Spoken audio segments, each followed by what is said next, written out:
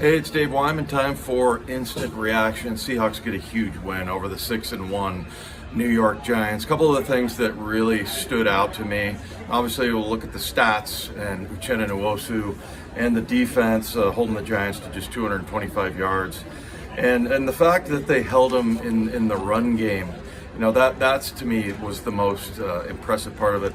Daniel Jones only 78 yards total. Daniel Jones 6 carries for 20 yards. And Saquon Barkley averaged 2.7 yards per carry. So awesome. They go +2 in the turnover ratio. And then, you know, on defense, they only gave up a couple of big plays, 2 plays over 20. So another thing is only 3 penalties. So they just played a really efficient game. I think one of those penalties was Pete Carroll running down the sidelines. And I want to talk about that play. They're trying to kill the clock, and so it's a 3rd down play. So they do a naked boot, roll out. DK Metcalf was wide open downfield. He was kind of waving his arms and everything.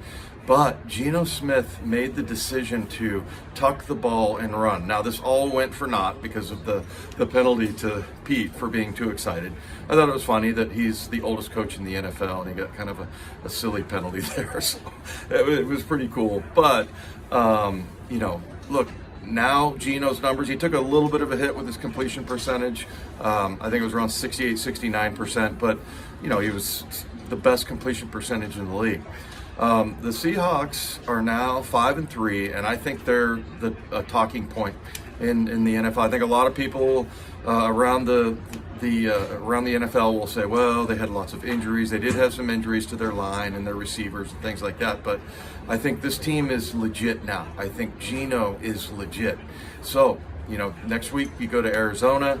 After that, you go to Germany, and Tampa Bay is struggling a little bit. So this team looks really good. I thought that we talked about it with Paul Moyer on Friday when he filled in for Bob on Wyman and Bob, and he thought it was going to be a blowout. Anytime you win by a couple of scores, that's pretty good. So yeah, really good win for the Seahawks, and I think this now puts them in the NFC anyway, sort of front and center as far as what's going on in the NFL right now and what teams are hot.